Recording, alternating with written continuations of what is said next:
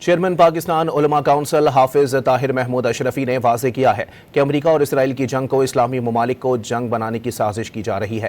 لاہور میں حج training programme کی تقریب سے خطاب میں حافظ طاہر محمود اشرفی نے کہا کہ دشمن جنگ کو عربوں اور مسلمانوں کی لڑائی بنانا چاہتا ہے تاکہ گریٹر اسرائیل کا خواب پورا ہو جائے۔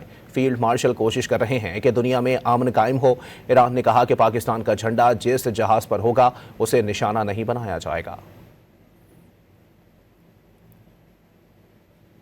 چیئرمین پاکستان علماء کونسل حافظ طاہر محمود اشرفی نے واضح کیا ہے کہ امریکہ اور اسرائیل کی جنگ کو اسلامی ممالک کو جنگ بنانے کی سازش کی جا رہی ہے۔ لاہور میں حج ٹریننگ پروگرام کی تقریب سے خطاب میں حافظ طاہر محمود اشرفی نے کہا کہ دشمن جنگ کو عربوں اور مسلمانوں کی لڑائی بنانا چاہتا ہے تاکہ گریٹر اسرائیل کا خواب پورا ہو جائے۔ فیلڈ مارشل کوشش کر رہے ہیں کہ دنیا میں امن قائم ہو۔ ایران نے کہا کہ پاکستان کا جھنڈا جس جہاز پر ہوگا اسے نشانہ نہیں بنایا جائے گا۔